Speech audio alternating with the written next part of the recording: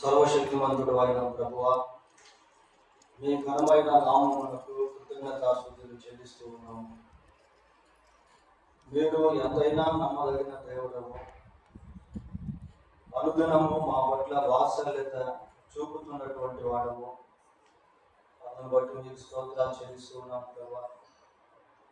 ఆయన కొద్ది నిమిషాలు ప్రభా మీ వాక్యాన్ని ధ్యానం చేసుకుంటూ ఉండగా మీరే బోధకుడిగా ఉండి మీ వాక్యం ద్వారా మాతో మాట్లాడి మమ్మల్ని బలపరచండి.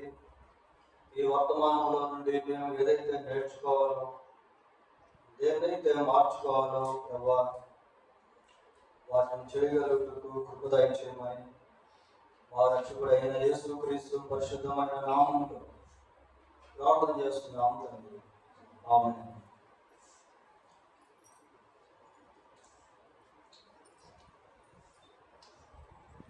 అపోస్తలుల కార్యములు 8వ అధ్యాయము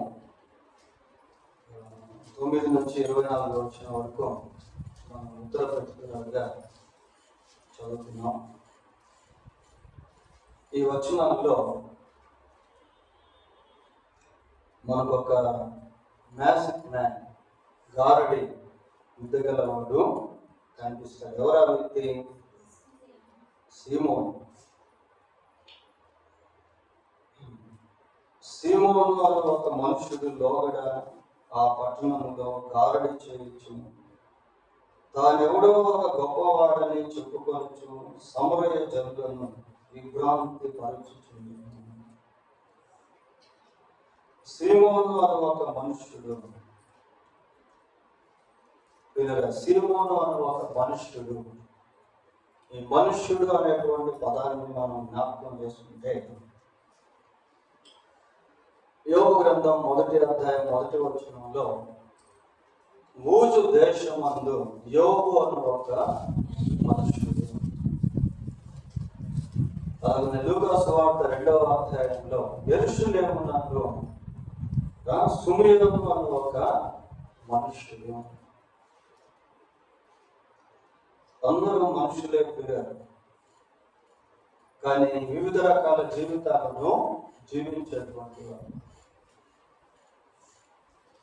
వివిధ రకాల జీవితాలను జీవిస్తున్నటువంటి వారు.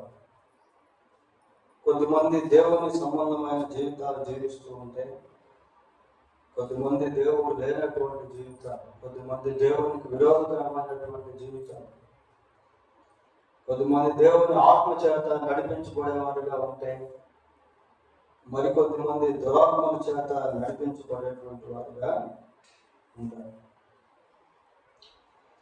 ఇక్కడ సీమోను గురించి ఆలోచన చేసినప్పుడు, సీమోను గారడిగా వాడిగా ఉంటూ ఆ పట్టణంలో ఎంతో కాలం ప్రజలను విభ్రాంతి పరిచేటువంటి వాడిగా ఉన్నాడు.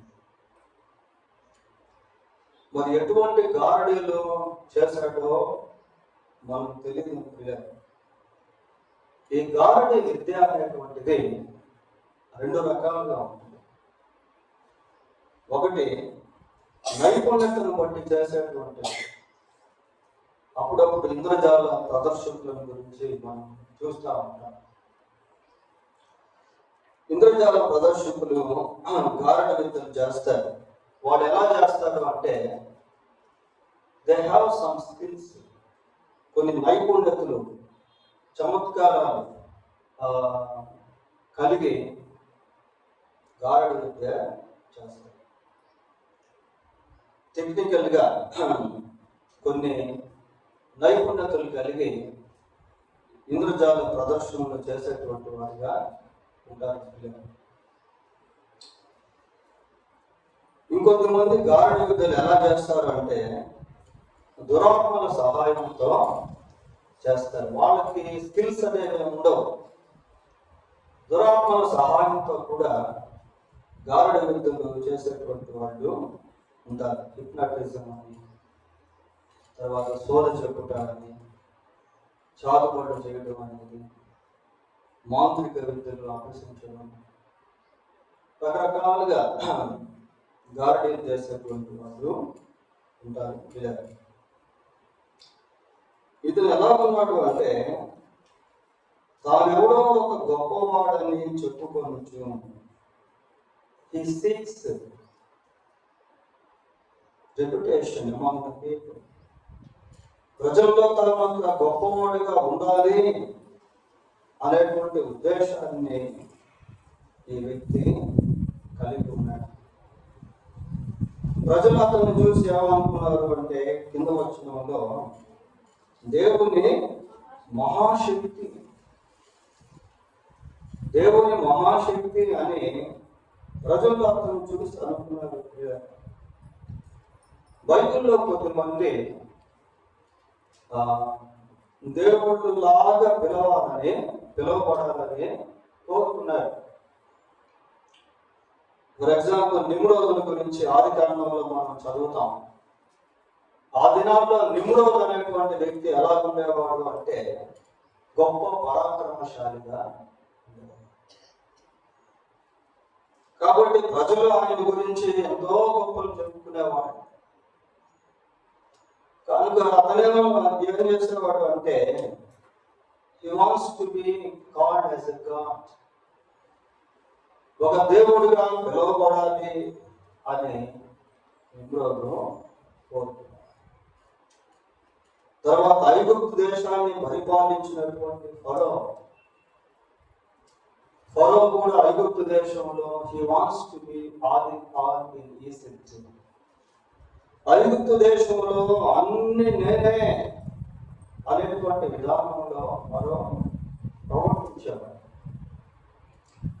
బబులోను సామ్రాజ్యంలో నెబుకద్నెజరు కూడా అలాంటి దశకు కోవకు చెందినటువంటి వాడు. ఇంకా చరిత్రలో మనం గమనించినట్లయితే అంతియోకస్ ఎపిఫనీస్ అనేటువంటి ఒక వ్యక్తి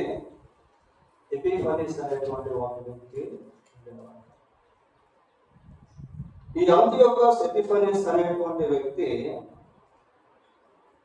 తాను దేవుడుగా అందరూ ఆరాధించాలని కోరుకున్నాడు. భారతదేశంలో కూడా ఎంతో మంది కొన్ని శక్తులు, అసాధారణ శక్తులను కలిగి దేవుళ్ళుగా దేవతలుగా పూజింపబడుతూ వచ్చారు. కొన్ని మాంత్రిక శక్తులు కలిగి దేవుళ్ళుగా పిలువబడుతూ వచ్చారు. ఈ సీమోను కూడా అలాంటి స్థితిలో జీవిస్తున్నటువంటి 10వ వచనం చదవండి. కొద్దివారు మొదలుకొని గొప్పవారు మట్టుకు అందరూ దేవుని మహాశక్తి అనబడిన వాడు ఇతడే అని చెప్పుకోవచ్చు అతన్ని లక్ష్య పెట్టు. Public influence ప్రిడర్. కొద్దివారు మొదలుకొని గొప్పవారు వరకు ఏమనుకుంటున్నారంట, దేవుని మహాశక్తి అనబడిన వాడు ఇతడే అని చెప్పుకొనొచ్చు అతన్ని లక్ష్య పెడతాను. ఎందుకు అంటే మనుషుల్లో ఈ అసాధారణమైనటువంటి శక్తులు ఎప్పుడైతే ఉంటాయో ప్రజలు అట్టి వారిని లక్ష్య పెట్టేటువంటి వారుగా ఉంటారు. నెల్లూరులో ఒకసారి నేను ఒక ప్రాంతంలో వెళ్తూ ఉంటే బస్ షెల్టర్ దగ్గర ఒక వ్యక్తి పడున్నాడు. దాదాపు ఒక 50 సంవత్సరాల పైన ఉండొచ్చు. అటు ఇటు వెళ్తూ ఆ వ్యక్తిని చూస్తున్నప్పుడు చాలా బాధ అనిపించింది. తిండి లేక, సరైన వస్త్రాలు లేక ఆ బస్ షెల్టర్లో పడుంటే నేను మా అన్న అక్కడికి వెళ్ళి కొన్ని ఆహార పదార్థాలు తీసుకెళ్ళి ఆయన వేసుకోగలుగుతుందని చెప్పి అది ఆయన వచ్చి ఒక 2-3 రోజుల తర్వాత మళ్ళీ ఆ మార్గం గుండా వెళ్తా ఉంటే ఆ వ్యక్తి పడున్న చోట ఒక 2-3 బైకులు ఆగున్నాయి. నేనేమనుకున్నాను అంటే మాలాగే ఎవరో ఆయనకి హెల్ప్ చేసేదానికి వచ్చారేమంటే అని అనిపించింది. ఆ తర్వాత మళ్ళీ ఒక 5-6 రోజుల తర్వాత ఆ రూట్లో వెళ్తా ఉంటే చాలా మంది ఉన్నారు. బైకులు ఆగున్నాయి, కార్లు ఆగున్నాయి. మనుషులు ఏదో కొంచెం క్యూలో నిలబడినట్టుగా ఉన్నారు. మళ్ళీ నేను అక్కడికి వెళ్ళాను. ఏంటి, ఎందుకు ఇలా మనుషులు నిలబడి ఉన్నారు, ఇన్ని కార్లు ఇన్ని బైక్లు ఇక్కడ ఆగున్నాయి, ఏం జరిగింది అని చెప్పి వెళితే ఆ వ్యక్తి అంటే సరిగా బట్టలు లేకుండా భిక్షగాడులా కనిపించేటువంటి వ్యక్తి అక్కడికి వచ్చినటువంటి వాడి చేతులు చూసి వాళ్ళ మీద జోస్యం చెప్తా ఉండేసరికి మనుషులు తండోపతండాలుగా స్థలానికి వచ్చి ఆ వ్యక్తి చేత జోషం చెప్పించుకుంటా ఉన్నారు. చూడండి, అంటే అంతకుముందు ఎవరు అతన్ని పట్టించుకోలేదు. అతను ఏదో ఒక అసాధారణమైనటువంటి శక్తి పనిచేసేసరికి అందరూ ఆ వ్యక్తి దగ్గరికి నాకు చాలా ఆశ్చర్యం అనిపించింది.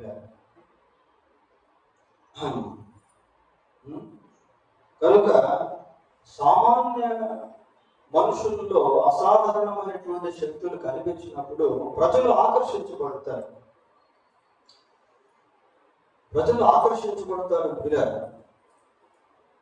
ఇక్కడ కూడా ఇతని పరిస్థితి అలాగే ఉంది. ఇది ఎలా ఉన్నాడు అంటే, దేవుని మహాశక్తి అనబడేటువంటి వాడు ఎవరో కాదు ఈయనే అన్నట్టుగా ప్రజలు అతన్ని లక్ష్య పెడతా ఉన్నారు. లక్ష్య పెట్టడం అంటే అతను చేసేది చెప్పేది నిజమని అనుకుంటా ఉన్నారు. వాటన్నిటినీ పట్టించుకుంటా ఉన్నారు. How such kind of people can get this kind of power? ఇటువంటి శక్తిని అటువంటి ప్రజలు ఎలాగా పొందుకోగలుగుతారు?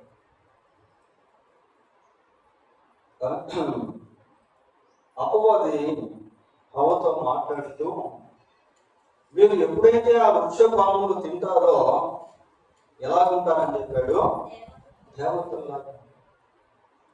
You will become like gods. మీరు దేవతల్లాగా ఉంటారు.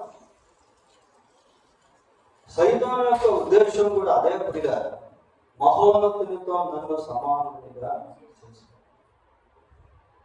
He wanted to be like God. దశలోకి రాసిన 2వ పత్రిక 2వ అధ్యాయం 9-10 వచనాలు చదువుకున్నాం. నశించుచున్న వారు తాము రక్షింపబడుటకై సత్య విషయమైన దేవుణ్ణి అవలంబింపకపోయేది గనుక వారి రాక అబద్ధ విషయమైన సమస్త బలముతోనూ నానా విధములైన సూచక క్రియలతోనూ మహత్కార్యములతోనూ దుర్నీతిని పుట్టించు సమస్త మోసముతోనూ నశించుచున్న వారిలో సాతాను కనపరచు బలమును అనుసరించు. ఇక్కడ ఒక వ్యక్తిని గురించి మనం చూస్తా ఉన్నాం. ఎవరి వ్యక్తి అంటే ఇతను క్రీస్తు విరోధి కాలంలో క్రీస్తు విరోధి సైతాను నుండి శక్తిని పొంది ఎన్నో సూచక క్రియలు, మహత్కార్యాలు, మనుషులను మోసం చేసేటువంటి పనులు చేస్తాడు. ఆ ఛాయలు లోకంలో ఆది నుండి కనిపిస్తానే. ఇంకా ఈ కడవరి దినాలు అంటే ప్రభువు రాకడ సమయంలో కూడా ఎంతో మంది నేనే క్రీస్తును అని చెప్పేటువంటి వాళ్ళు కూడా వస్తారు. సాధ్యమైతే ఏర్పరచబడిన వారు సైతము మోసపోయేటువంటి వారుగా ఉంటారు. ఎన్నో సూచక్రియలు, మహత్కార్యాలు, ప్రవచనాలు ఇలాంటివి కూడా చెబుతారు. పబ్లిక్ ఎలాంటిది అని అంటే, ఎక్కడైనా ఒక వింత కార్యం జరిగితే ప్రజలు చాలా త్వరగా ఆకర్షించబడతారు. ప్రజలు త్వరగా అటు వారిని లక్ష్య పెడతారు. వాడి స్థాయిని చూసుకోరు, వాడి క్యాస్ట్ని చూసుకోరు, వాళ్ళ వయసును చూసుకోరు. వాళ్ళలో ఏదో ఒక ఆ సూచక క్రియ లేక మహత్కారం జరిగితే ముందు వెనక ఆలోచించకుండా, ఆడ మగ అనే భేదం కూడా లేకుండా, చిన్న పెద్ద అనే తేడా తారతమ్యం లేకుండా వాళ్ళంట. ఒకసారి అపోస్తుడైన పౌలు, బర్నబా ఇద్దరు కూడా సువార్త పరిచర్యలో ఉన్నారు. సువార్త పరిచర్యలో ఉంటే దేవుడు వారి ద్వారా ఒక అద్భుతాన్ని జరిగించేసరికి ప్రజలంతా కూడా అద్భుతాన్ని జరిగించినటువంటి దేవుణ్ణి లక్ష్య పెట్టకుండా ఎవరి ద్వారా అయితే అద్భుతం జరిగిందో వారిని దేవుళ్ళుగా దేవతలుగా ఆలోచించారు. చూడండి, అపోస్తుల కార్యములు 14వ అధ్యాయము 11, 12 వచనాలు చూద్దాం. జన సమూహములు పౌలు చేసిన దానిని చూచి దేవతలు మనుష్య రూపము దాల్చి మన యొద్దకు దిగి వచ్చి ఉన్నారని కేకలు వేసి బర్నబాకు ద్యోపతి అనియు పౌలు ముఖ్య ప్రసంగి అయినందున అతనికి హెర్మే అనియు పేరు పెట్టింది. చూడండి, ఇంకా దండలు కూడా తీసుకొచ్చారు. వాళ్ళని పూజ చేయాలి, ఆరాధించాలి. దేవతలు మన మధ్య మనుషుల రూపంలో వచ్చినారు అని వాళ్ళని ఆరాధించేటువంటి ప్రయత్నాలు కూడా చేశారు ప్రజలు. అలాంటి వాడు. సరే, 11వ వచనం చదువుతాం. అపోస్తుల కార్యములు 8:11.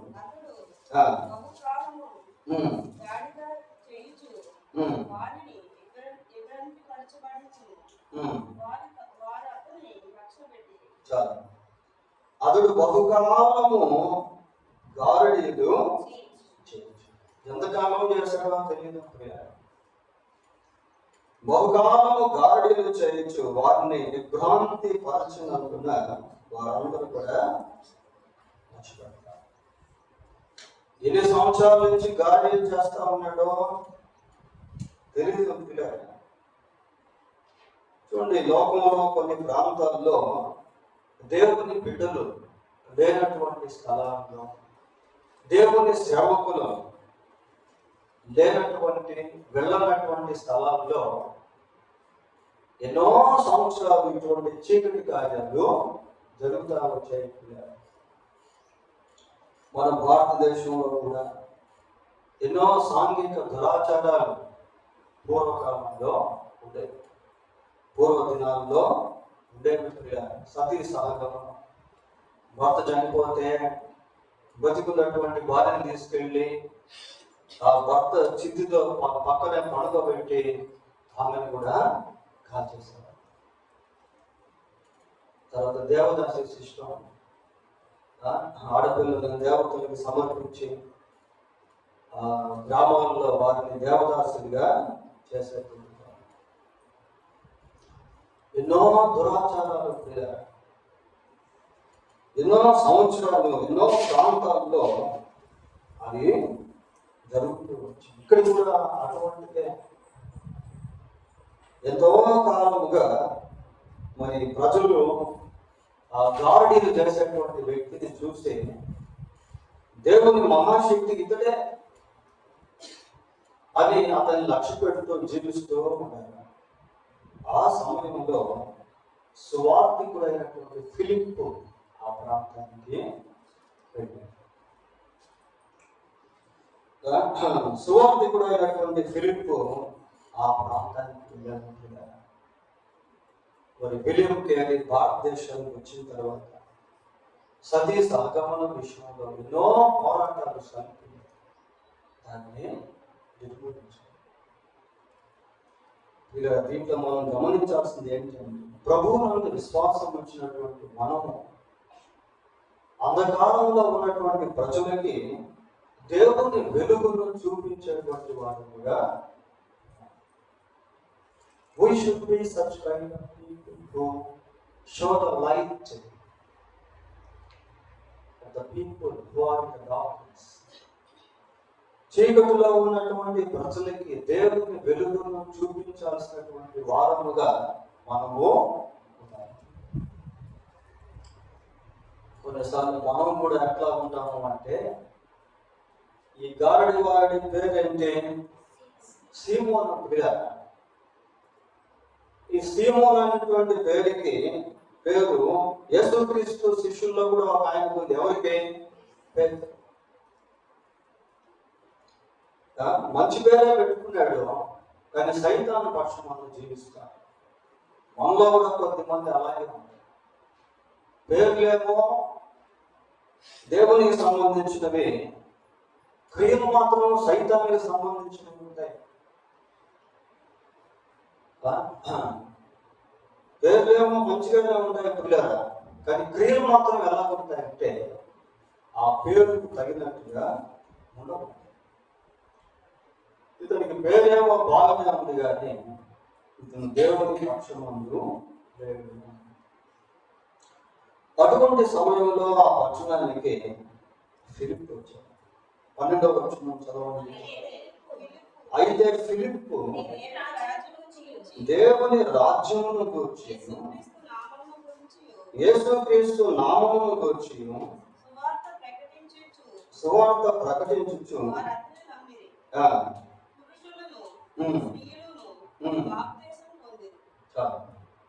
ఈ 12వ వచనం చూడండి ఎంత బాగుంది. ఈ 12వ వచనాన్ని మనం చదువుతున్నప్పుడు పైన ఉన్నటువంటి ఆ 9, 10, 11 వచనాల్లో ఉన్నటువంటి కలవరము, అసమాధానము, భయము, ఆందోళన, సందిగ్ధతలు ఇలాంటివేమీ కూడా ఈ 12వ వచనంలో మనకు కనిపించలేదు. ఇదంతా పీస్ఫుల్ గా ఉంది. అయితే ఫిలిప్పు దేవుని రాజ్యమును గురించి, యేసుక్రీస్తు నామమును గురించి సువార్త ప్రకటించుచున్నాడు. వార్తని నమ్మి ఎవరు నమ్మారు? ఫిలిప్పు.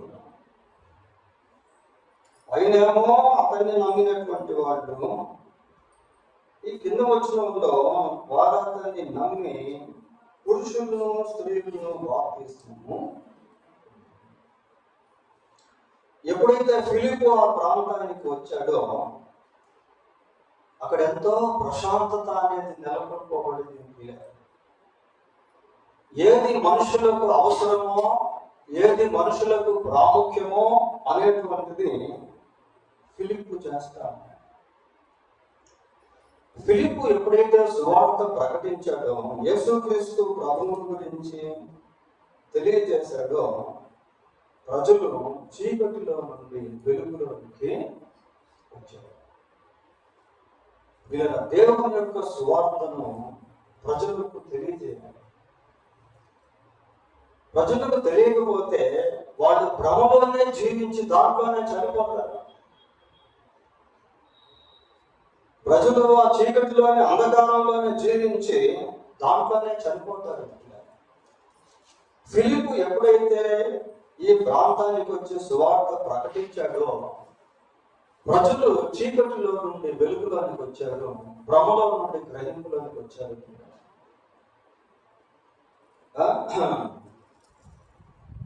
నమ్మి బాప్తిస్మము తీసుకున్నారు. మరణంలో నుండి జీవంలోనికి, దయ్యంలో నుండి దేవునిలోనికి.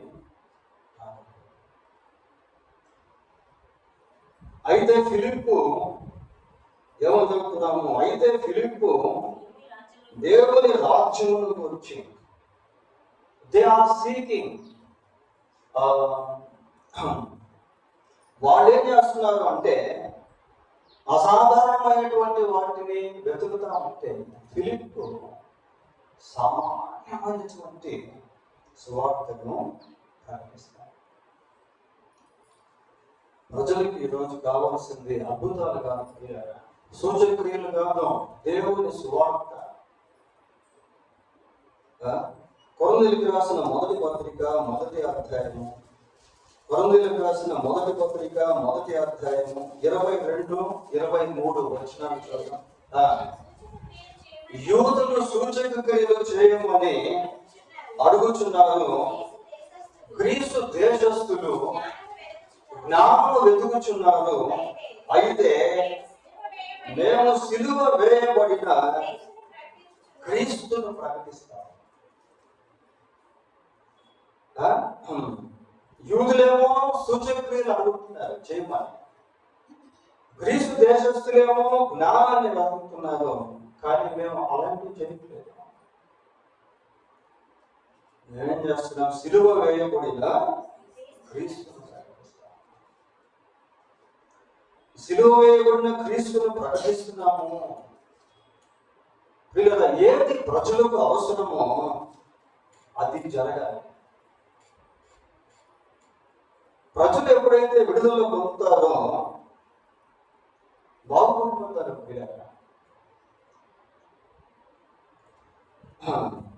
ఇక్కడ ప్రజలు మరి ఫిలిప్పు చెప్పినటువంటి మాటలను లేక యేసుక్రీస్తు ప్రభు యొక్క సువార్తను నమ్మి బాప్తిసం తీసుకుంటారు. అపోస్తల కార్యములు 2వ అధ్యాయం 38వ వచనం చదువుతుంది. పేతురు, మీరు మారు మనసు పొంది పాప క్షమాపణ నిమిత్తము ప్రతివాడు యేసుక్రీస్తు నామమున బాప్తిస్మము. వీరు మారు మనసు పొంది, మనిషికి మారు మనసు అనేటువంటిది కావాలి, పాప క్షమాపణ అనేటువంటిది కావాలి. పాప క్షమాపణ నిమిత్తము ప్రతివాడు యేసుక్రీస్తు నామమున బాప్తిస్మము. ఇక్కడ ఫిలిప్పు యేసుక్రీస్తు ప్రభువును గురించి సువార్త ప్రకటిస్తే ప్రజలు అతన్ని నమ్మి పురుషులను స్త్రీలను బాప్తిస్మము. అప్పుడు సీమోను కూడా నమ్మి బాప్తిస్మము పొంది ఫిలిప్పును ఎడబాయకుండా సూచన క్రియలను గొప్ప అద్భుతములను జరుగుట చూచి విభ్రాంతి, ప్రజలను విభ్రాంతి పరిచినటువంటి వ్యక్తి ఇప్పుడు ఇతనే విభ్రాంతి నొందుతున్నాడు. అంతకుముందు ప్రజలను విభ్రాంతి పరిచాడు, అయితే ఇప్పుడు ఇతనే విభ్రాంతి నొందుతున్నాడు. కారణం ఏంటి అంటే ఇతను ఎటువంటి గారడీలు చేశాడో మనకైతే తెలియదు. కానీ ఫిలిప్పును దేవుడు వాడుకుంటూ ఉన్నప్పుడు జరిగినటువంటి అద్భుతాలు చాలా గొప్పవిగా మనకు కనిపిస్తుంది. 6-7 వచనాలు చదవండి.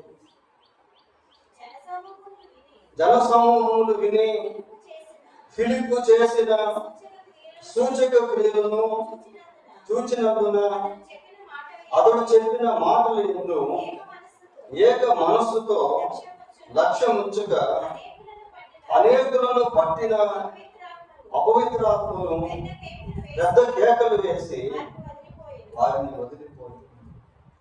పక్షవాయు గలవారును కుంటివారును అనేకులు స్వస్థత పొందిని, అందుకు ఆ పట్టణంలో మిగుల సంతోషము. చూడండి, బహుశా ఇవన్నీ కూడా ఈ గారడి వాడైనటువంటి సీమోను. ఇక్కడ యేసుక్రీస్తు ప్రభువుని గురించి చెప్తూ ఉంటే ప్రజలు మరి విశ్వసించి బాప్తిసం పొందుతా ఉన్నారు పిల్లలు. అయితే ఇక్కడ ఏమని చెప్తున్నామంటే అప్పుడు సీమోను కూడా నమ్మి బాప్తిస్మము ఉంది. సీమోను కూడా నమ్మి ఏం నమ్ముంటాడు? నిజంగానే యేసుక్రీస్తు ప్రభువును నమ్ముంటాడా? బాప్తిసం పొందాడు అంటే బాప్తిసానికి ముందు ఆ నమ్మిక ఎలాంటిది అనేది ప్రాముఖ్యం. ఇదే అధ్యాయంలో మరి నపుంసకుని గురించి కూడా మనం చూస్తాం. నపుంసకుడు బాప్తిసం పొందక ముందు ఫిలిప్పు నపుంసకునితో మాట్లాడుతూ అంటాడు, ఏమంటాడంటే చూడండి అక్కడ 36వ వచనం చదివితే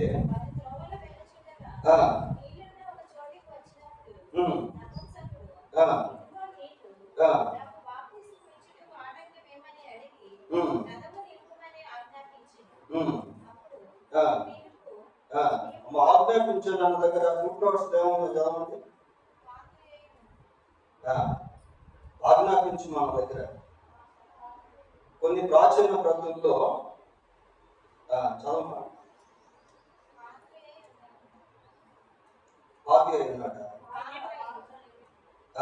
సరే, కింద ఫుట్ నోట్స్ లో ఒకటి సంగతి ఉంది కదా, చదవండి. ప్రాచీన ప్రతుల్లో నీవు పూర్ణ హృదయంతో విశ్వసించిన పొందవచ్చునని చెప్పాను. అంటే బాప్తిసానికి ముందు ఫిలిప్పు అంటున్నాడు, అయ్యా నువ్వు బాప్తిసం తీసుకోవాలనుకుంటున్నావు, మరి యేసుక్రీస్తు నీకు అర్థమయ్యాడా, ఆయన దేవుని కుమారుడని నీకు అర్థమైతే నువ్వు బాప్తిసం తీసుకోవచ్చు అంటే నపుంసకునికి అర్థమైంది. పిల్లలు సువార్త అర్థమైన తర్వాత నపుంసకుడు బాప్తిసం తీసుకున్నాడు.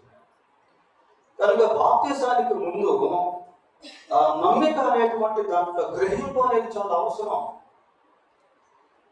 ఈ సీమోను కూడా నమ్మి మరి ఏం నమ్మాడు, ఏం నమ్మాలి అంటే యేసుప్రభు అంటాడు, మీరు సర్వలోకములకు వెళ్ళి సర్వ సృష్టికి సువార్తను ప్రకటించండి, నమ్మి బాప్తిసం పొందినవాడు. ఏం నమ్మాలి అంటే సువార్తను నమ్మాలి. పిల్లరా నమ్మిన తర్వాత బాప్తిసం తీసుకోవాలి.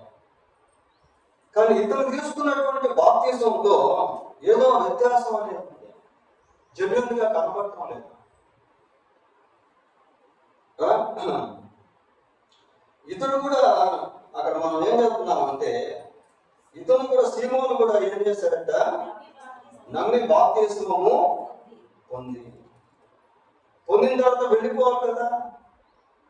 ఫిలిప్పును ఎడబాయకుంది సూచక్రియలను గొప్ప అద్భుతములను జరుగుతూ చూచి ఫిలిప్పును ఎడబాయకుంది అంటే he has a special purpose or specific purpose to be with Philip the evangelist. సువార్తికుడైనటువంటి ఫిలిప్పుతో ఈ గాడిదవాడు ఉండేదానికి లేక సీమోను ఉండేదానికి ఒక ప్రత్యేక ఉద్దేశం ఉంది. పిల్లలు ఏంటి అంటే అసలు ఇది ఎలాగ సూచక్రియం చేయగలుగుతున్నాడు, ఈ అద్భుతాలు ఇతని ద్వారా ఎలా జరుగుతా ఉన్నాయి. పిల్లలు ఈ అద్భుతాలు ఏంటి అని అంటే ఈ అద్భుతాలు దేవుని మహిమ నిమిత్తము జరిగేటువంటి అద్భుతాలు. మళ్ళీ ఒకసారి 11వ వచనం చదవండి. అప్పుడు సీమోను కూడా నమ్మి బాప్తిస్మము పొంది ఫిలిప్పును ఎడబాయకుండి సూచక క్రియలను గొప్ప అద్భుతములను జరుగుట చూచి విభ్రాంతి. పిల్లలు ఇక్కడ ఏంటంటే 2 విషయాలు మనం గమనించాలి. ఆ పట్టణంలో గారుడిని చేయించినటువంటి సీమోను విభ్రాంతి పొందాడు ఎప్పుడు అంటే సూచక క్రియలను చూసి. అంతేకాకుండా ఆ పట్టణంలో ఉన్నటువంటి ప్రజలు కూడా ఫిలిప్పు చేసినటువంటి సూచక క్రియలను అద్భుత కార్యాలను చూసి వాడు కూడా ఆశ్చర్యపోయాడు. ఈ రెండింటిని మనం కంపేర్ చేసుకున్నప్పుడు పోల్చుకున్నప్పుడు దేవుని ఏది జయించింది? దేవుని యొక్క సూచక క్రియలు దయ్యము యొక్క సూచక క్రియలను జయించాయి. ఎప్పుడుకైనా ఒకటి గుర్తుపెట్టుకోవాలి ఏంటి అంటే the power of God conquers the power of devil. దేవుని యొక్క శక్తి దయ్యపు శక్తిని జయిస్తుంది.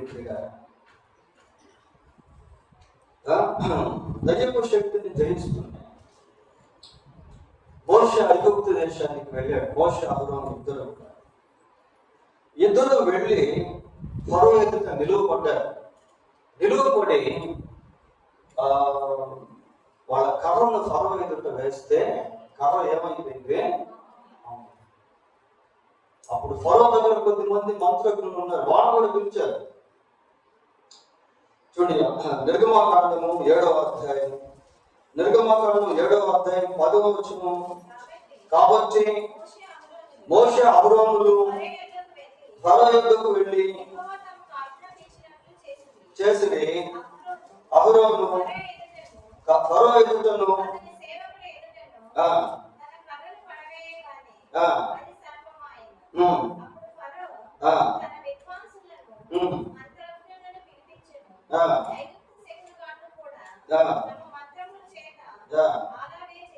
అలాగే చేస్తుంది. చూడండి పిల్లలు, వాళ్ళు కూడా కర్రలు విసిరేస్తే పాపం.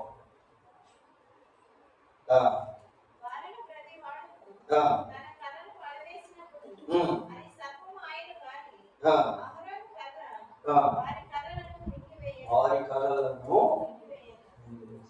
చూడండి, వాళ్ళు కూడా సూచక్రియలు చేశారు. వాళ్ళ కర్రలు కూడా సర్పములుగా మారాయి. కానీ దేవుని యొక్క శక్తి ఏం చేసిందంటే ఆ శక్తులు అన్నింటినీ కూడా జయించింది. ఫరో అనుకోవచ్చు, ఫరో మంత్రజ్ఞులు ఏముంది వీళ్ళది అనుకోవచ్చు. ఎప్పుడైతే మోషే లేక అహరోను వేసిన కర్ర సర్పముగా మారినటువంటి ఆ కర్ర వాటన్నిటిని కూడా ఎప్పుడైతే మింగివేస్తుందో అక్కడ దేవుని శక్తి ఎదుట దురాత్మల శక్తి నిలబడింది. అపోస్తుల కార్యములు 16వ అధ్యాయము 16-17 వచనాలు చూడండి. పుతోను దయ్యం పట్టినదై సోద చెప్పుట చేత తమ యజమానులకు బహులాభము సంపాదించుచున్న ఒక చిన్నది మా ఎదురుగా. చూడండి పిల్లలు, సోది చెప్తా ఉంటే జనాలు గుంపులుగా వచ్చి సోది చెప్పించుకుంటా ఉన్నారు. ఇందాక చెప్పాను కదా నేను ఆ విషయం. ఎలా చెబుతుందంటే సోదే పుతోను అనేటువంటి దయ్యం. అమ్మాయికి దయ్యం జరిగింది. అమ్మాయికి దయ్యం పట్టి ఆ దయ్యం సహాయంతో సోది చెప్తా ఉంటే ఆ అమ్మాయి ఎవరి దగ్గర అయితే ఉందో ఆ యజమానులకి బాగా డబ్బులు వస్తా ఉంటాయి. సోది ఊరికి చెప్తారా? డబ్బులు కట్టే చెప్తారు. ఆయనకి గుజరాత్కి వెళ్ళి పనిచేసుకుంటా ఉంటే అక్కడ దురాత్మ పట్టేసరికి ఇంట్లో నెమ్మది లేకుండా జీవిస్తా ఉన్నాడు. సరే, ఇంకొక ప్రాంతానికి వెళ్తే వాడు అన్నారు, బాబు నీకు పట్టిన దురాత్మ మామూలు దురాత్మ కాదు ఇది. ఈ దురాత్మను వెళ్ళగొట్టాలి అంటే కనీసం 80,000 కట్టాలి. కనీసం 80,000 కడితే మా ప్రయత్నాలు మేము చేస్తాం అని చెప్పారు. తర్వాత అతను ఏం చేశాడంటే, అది కట్టడం లేదు మాకైతే తెలియదు కానీ చర్చికి వెళ్ళాడు. చర్చికి వెళ్ళేసరికి దేవుని వాక్యం వింటూ ఉంటే అతను ఉన్నటువంటి దయ్యం వెళ్ళిపోయింది, దురాత్మ వెళ్ళిపోయింది. ఫ్రీ ఆఫ్ కాస్ట్ ఫ్రీగా దురాత్మ వెళ్ళిపోయి బాగా అయిపోయాడు. తర్వాత బాప్తిస్మం కూడా తీసుకున్నాడు.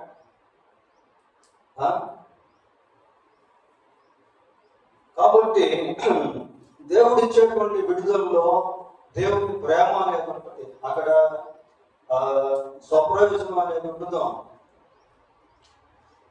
ఈ పుతోను దయ్యం చేత ఈ అమ్మాయి నింపుబడి సోది చెప్తా ఉంటే వాళ్ళకి బాగా డబ్బులు వస్తా ఉన్నాయి.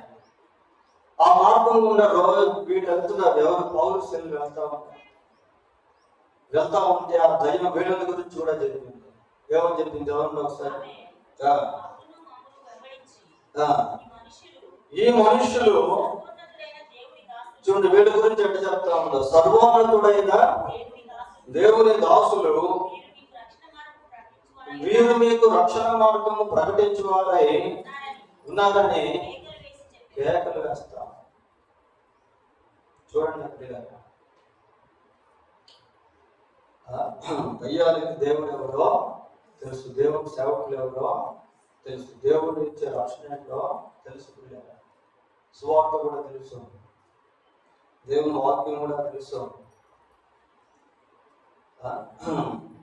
చెప్తా ఉంటే పౌలు దాన్ని గద్దించాడు.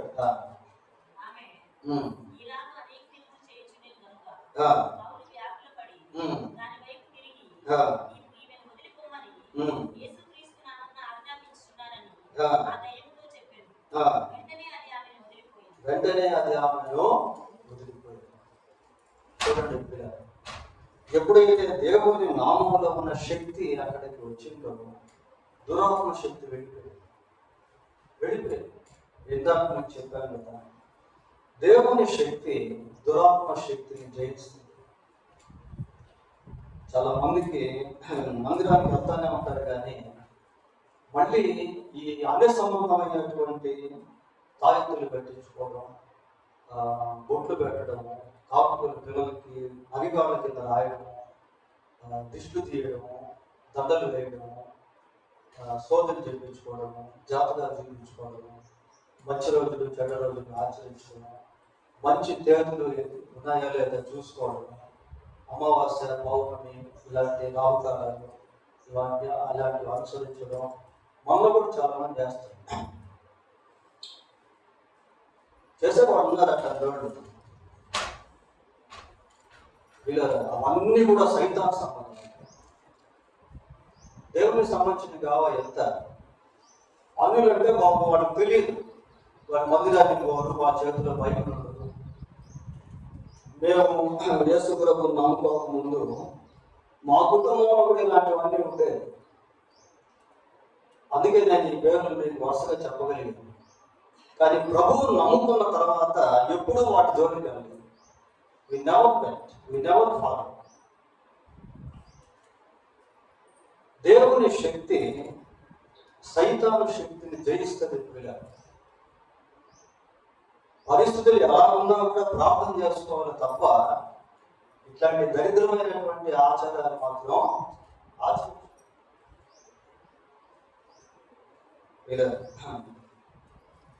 If we follow such kind of things, we decrease the glory of God.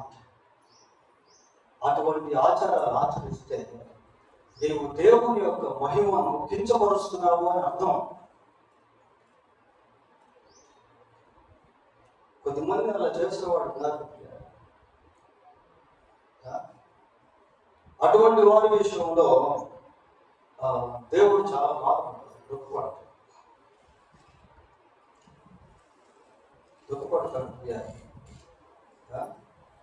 ఇక్కడ ఎప్పుడైతే పౌలు యేసుక్రీస్తు నామములో ఆ దయ్యాన్ని గద్దించాడో ఆ దయ్యం అక్కడి నుంచి వెళ్ళిపోయింది. కనుక వెలుగు ఎక్కడైతే ఉంటుందో అక్కడ చీకటి ఉండలేదు. ఫిలిప్పు ఎప్పుడైతే ఇక్కడికి వచ్చి సువార్త ప్రకటించాడో ప్రజలు దురాత్మల బంధకాలలో నుండి బయటకు వచ్చారు. అలా ప్రభువు గురించి వాక్యం విని బాప్తిసం పొందినటువంటి వాళ్ళు మళ్ళీ ఆ సీమను చూసి ఇతడు దేవుని శక్తి అని చెప్పగలరా? చెప్పగలుగుతారా? లేదా? చెప్పలేరు. ప్రియులారా, దేవుని శక్తిని అనుభవించేటువంటి వ్యక్తికి సైతాన్ శక్తి అంటే కూడా అర్థమైపోయింది.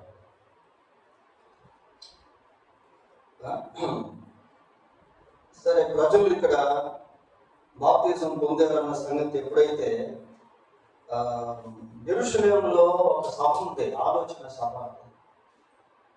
కౌన్సిల్ ఆఫ్ అపోస్టల్ సభ అన్నమాట. అక్కడికి వెళ్ళిపోయింది ఇంటిమేషన్, ఈ సమాచారం అక్కడికి వెళ్ళిపోయేసరికి అక్కడి నుంచి ఇద్దరు వచ్చారు. ఎవరు చూడండి, తర్వాత 14 వచ్చిన నుండి సమరయ వారు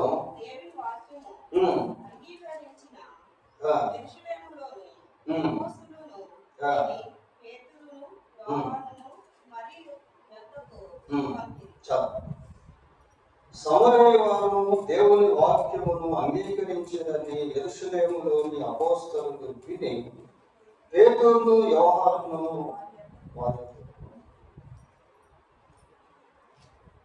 మీరు వచ్చి వారి పరిశుద్ధాత్మను పొందవలనని వారి కొరకు ప్రార్థన. అంతకుముందు వారిలో ఎవరి మీద ఆయన దిగి ఉండలేదు. వారు ప్రభు అయిన యేసు నామమున బాప్తిసం మాత్రము పొంది సమరయులుగా. అంతకుముందు రోజుల్లో యూదులు సమరయులతో సహవాసం చేసేవాడు. సమరయుల దగ్గరికి వెళ్ళేవాడుగా, వారు నీళ్ళు ఇస్తే తాగేవాడుగా, వాళ్ళున్న ప్రాంతానికి వెళ్ళకుండా వాళ్ళకి వేరుగా వెళ్ళాడు. పేతురు కూడా యూదుడే. కానీ ఇప్పుడు పేతురికి అర్థమైంది ఏంటి అంటే, దేవుడు పక్షపాతి కాదు. Everyone is equal in the sight of God. దేవుని దృష్టిలో అందరూ కూడా సమానమే. ఎందుకు అంటే యేసుక్రీస్తు శరీరధారిగా ఉన్నటువంటి దినాల్లో యూదులు వెళ్ళనటువంటి ప్రాంతాలకు ఆయన వెళ్ళాడు. యూదులు సమరయులతో సహవాసం చేయరు, కానీ వాళ్ళ దగ్గరికే ప్రభు వెళ్ళాడు. మనం చూస్తాం కదా, యోహాను సువార్త 4వ అధ్యాయంలో సమరయ స్త్రీని గురించి. ఇంకా చాలా మంది సమరయులు అనేకులు ఆయన యందు విశ్వాసం ఉంచని అని అక్కడ 4:39 మనకు కనిపిస్తుంది. కాబట్టి సమరయుల్లో చాలా మంది యేసుక్రీస్తు ప్రభువునందు అప్పుడు ఇప్పుడు విశ్వాసము ఉంచారు. ఇక్కడ మనం గమనించాల్సింది ఏంటంటే, యేసుక్రీస్తు నమ్మినటువంటి వారి జీవితాల్లో ఈ కులమత విభేదాలు అనేటువంటివి ఉండవు. పిల్లల ప్రభువు వాటన్నింటినీ కూడా రూపుమాపాడు. స్థాయి గురించి మనం ఆలోచిస్తే ప్రపంచంలో యూదులు చాలా ఉన్నత స్థాయికి సంబంధించినటువంటి వాళ్ళు. మనం హిస్టరీ ఆఫ్ ఇజ్రాయెల్ చదివామనుకోండి, ఇజ్రాయెల్ చరిత్ర, దాంట్లో యూదులు చాలా ఉన్నత స్థితికి సంబంధించిన వాళ్ళుగా మనకు కనిపిస్తారు. పిల్లల వారికి దేవుడు ధర్మశాస్త్రాన్ని ఇచ్చాడు, దేవుడు వాళ్ళకి వాగ్దాన భూమిని ఇచ్చాడు, దేవుడు వాళ్ళకి రాజులను ఇచ్చాడు, దేవుడు వాళ్ళకి ప్రవక్తలను ఇచ్చాడు, దేవుడు వారికి యాజకులను ఇచ్చాడు, దేవుడు వారిని ఎంతో హెచ్చించాడు. అయితే యేసుక్రీస్తు వచ్చిన తర్వాత యేసుక్రీస్తులను ఎవరైతే విశ్వాసం ఉంచుతారో వీళ్ళందరినీ తీసుకెళ్ళి వాళ్ళతో సరిసమానంగా చేశాడు. ఎఫెసీ పత్రిక 2వ అధ్యాయం 12వ వచనం చదువుతున్నాం. 2:12. ఆ కాలమందు ఇశ్రాయేలుతో సహపౌరులు కాక పరదేశులను, వాగ్దాన నిబంధనలు లేని పరజనులను, నిరీక్షణ లేని వారును, లోకమంలో దేవుడు లేని వారై ఉండి చాలు. ఒకప్పుడు అలా ఉండేవాడు. ఇప్పుడైతే వాళ్ళతో మీరు సమానంగా చేయబడ్డారు. ఆ ఈక్వలైజేషన్ అనేటువంటిది యేసుక్రీస్తునందు విశ్వాసం ఉంచడం ద్వారా మనుషుల్లో ఈ తారతమ్యాలని వెళ్ళిపోతాయి. వీడి ఆత్మకం, వీడి మొత్తం, వీడు అయ్యే ప్రభువునందు విశ్వాసం వచ్చినటువంటి వారికి కుల మతాలతో సంబంధాలు ఉండవు. వాళ్ళందరినీ సమానంగానే చూస్తారు. We are one family Christ. క్రీస్తులో మనం అంతా కూడా ఒక కుటుంబం. ఇక్కడ పేతురు యోహానులు వచ్చి వాళ్ళ మీద చేతులు చేసరికి వాళ్ళు పరిశుద్ధాత్మను పొందుకున్నారు. ఇది కూడా ఈ సీమను అబ్జర్వ్ చేశాడు. చేసి ఏం చేశాడు? 17వ వచనం చదవండి.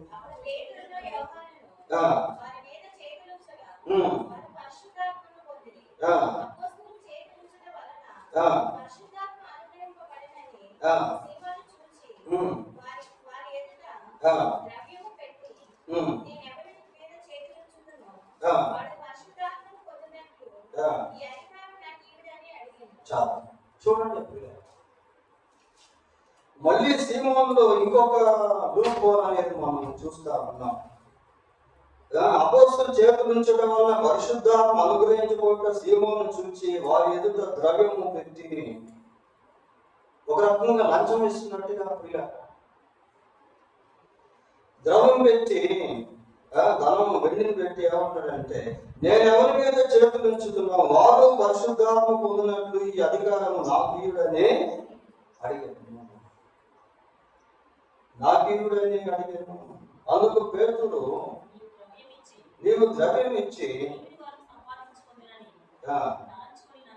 చాలు. He wants to buy the Holy Spirit, the anointing of the Holy Spirit. ఆ పరిశుద్ధాత్మ అభిషేకమును ఈ సీమోను కొనుక్కునే ప్రయత్నం చేస్తున్నాడు. ప్రియ కొనుక్కునే ప్రయత్నం చేస్తా ఉన్నాడు. దేవుడు మానవునికి తనకు సంబంధించినటువంటి వాటిని ఉచితంగానే ఇస్తాడు. ఈ పరిశుద్ధాత్మ కృపావరాలు అనేటువంటివి no one can buy the పరిశుద్ధాత్మ వరాలను, the gift of the Holy Spirit. పరిశుద్ధాత్మ వరాలను ఎవరు కూడా కొనలేరు. కొరింథీయులకు రాసిన మొదటి పత్రిక 12వ అధ్యాయం 11వ వచనం చూడండి. 12-11. వీటన్నిటినీ ఆత్మ ఒక్కడే తన చిత్తము చొప్పున ప్రతి వానికి ప్రత్యేకముగా పంచి ఇచ్చు. తన ఇష్టానుసారంగా పరిశుద్ధాత్మ దేవుడు పంచిస్తాడు. అంతేగాని డబ్బుతో కొనేటువంటివి కావయ్యే. We can't buy the forgiveness of sin by money. పాప క్షమాపణ ధనముతో కొనలేము. రక్షణ ధనముతో కొనలేము. Salvation is the free gift of God. రక్షణ దేవుడిచ్చే బహుమానం. ఎఫెసీ పత్రిక 2వ అధ్యాయం 8వ వచనం చదువుతున్నాం. 2వ అధ్యాయం కృపచేతనే రక్షింపబడి ఉన్నాను, ఇది మీ వల్ల కలిగినది కాదు, దేవుడు. So salvation is the gift of God. అంతకు ముందు రోజుల్లో పాప క్షమాపణ పత్రికలు అమ్మేవాడు. ఎవరైనా పాప క్షమాపణ పొందాలి అంటే ఆ పత్రికలు కొనాలి. పత్రికలు కొని దాన్ని బిషప్ దగ్గరకో తీసుకెళ్ళాలి. వీలట చూడండి, you can buy the forgiveness of sin by money. You can buy the salvation of God by money. డబ్బుతో పాప క్షమాపణ కొనలేము, డబ్బుతో రక్షణను కొనలేము, డబ్బుతో పరిశుద్ధాత్మ వరాలను కొనలేము. అవన్నీ ఉచితముగా దేవుడు తన యందు విశ్వాసం ఉంచేటువంటి వారికి ఇచ్చేటువంటివి. కాబట్టి పేతురు ఇక్కడ గద్దిస్తా ఉన్నాడు. పేతురు ఏమంటున్నాడు? 20వ వచనం 20వ వచనం, నీవు ద్రవ్యం ఇచ్చి దేవుని వరమును సంపాదించుకున్నదని నీ వెండి నీతో కూడా నశించు. Why he wanted to buy? ఎందుకు ఒకవేళ ఇతను ఈ యొక్క వరాన్ని కొనుగోలు చేయాలనుకుంటాడు? డబ్బు సంపాదించడానికి. ఇతనికి ఒక కోరిక ఉంది, బలమైన కోరిక. ఏంటంటే 9వ వచనం ఒకసారి చదవండి. మళ్ళా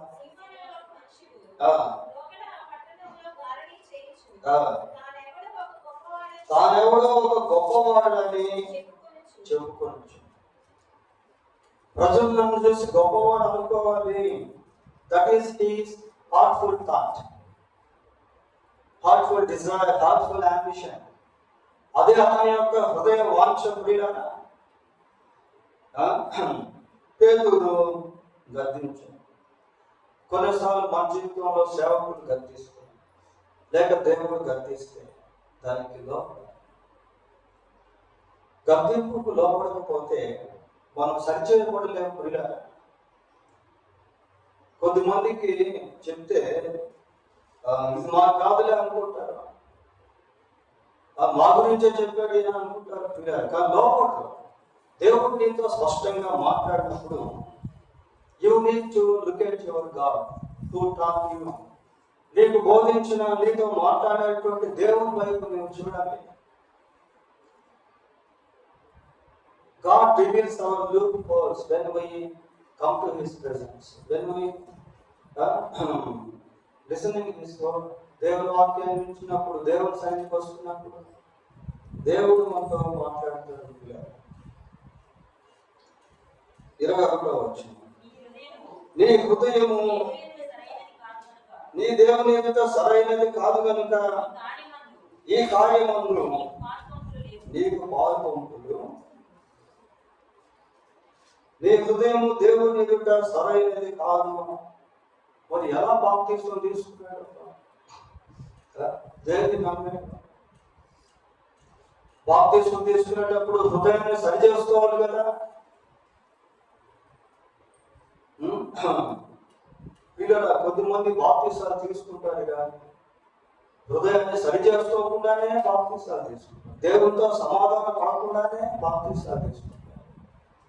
మన హృదయం సరిగా లేకపోతే we can't see the works of God, we can't bear the miracles of God, we can't experience the signs of God. పిల్లల దేవుని మన హృదయం సరిగా లేకపోతే దేవుని కార్యాలను మనం చూడండి. We can't understand God. హృదయ శుద్ధి గల వారు ధన్యులు, వారు దేవుని చూచబోతున్నారు. హృదయంలో పరిశుద్ధత అనేది లేకపోతే నీవు దేవుని చూడలేవు, దేవుని కార్యాలను నీవు అనుభవించలేవు. ప్రియ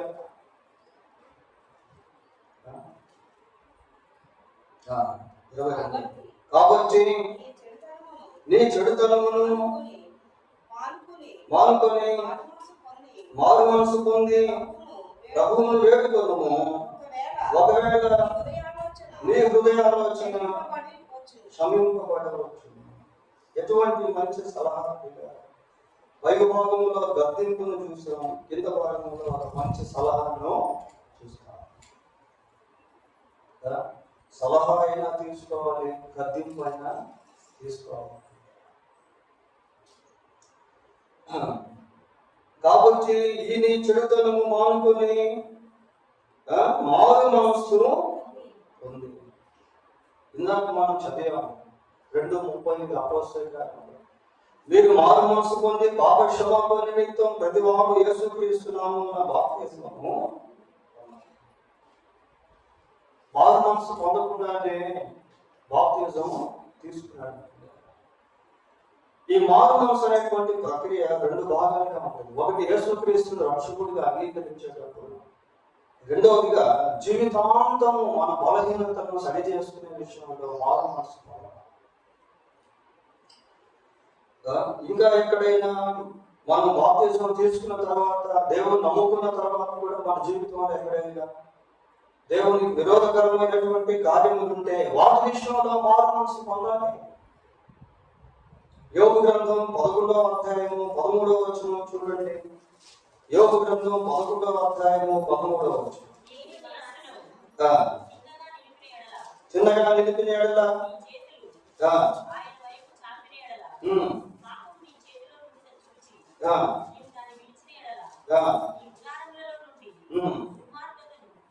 దుర్మార్గతను నీవు కొట్టివేసిన ఎడల నిశ్చయముగా నిర్దోషివై.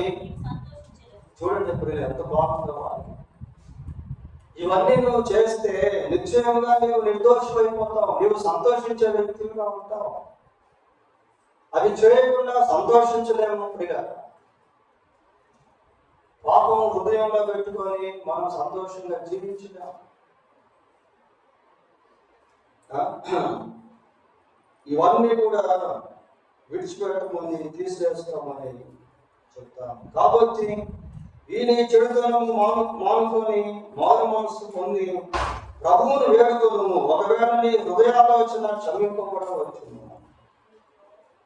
నీవు ఘోర దుష్టత్వంలోను దుర్నీతి బాలకములోను ఉన్నట్టు నాకు కనపడుచున్నదని. ఘోరమైనటువంటి దుష్టత్వము, దుర్నీతి, బంధకాలు, స్ట్రాంగ్ బాండేజెస్.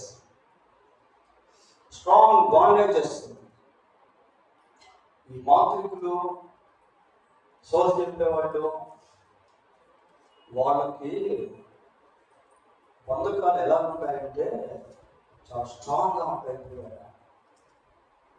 చాలా స్ట్రాంగ్గా ఉంటాయి. అంత సామాన్యంగా వదలబోయి వదలం. వాళ్ళు దేవుని వైపు ఎప్పుడైతే తిరుగుతారో అవన్నీ కూడా పటాపంచలైపోతాయి. సంకటన్నీ కూడా దురాత్మకలు అయిపోతాయి. దేవుడు కార్యం చేసినప్పుడు ఎటువంటి శ్రమ అయినా సరే వెళ్ళిపోవాల్సిందే. పిల్ల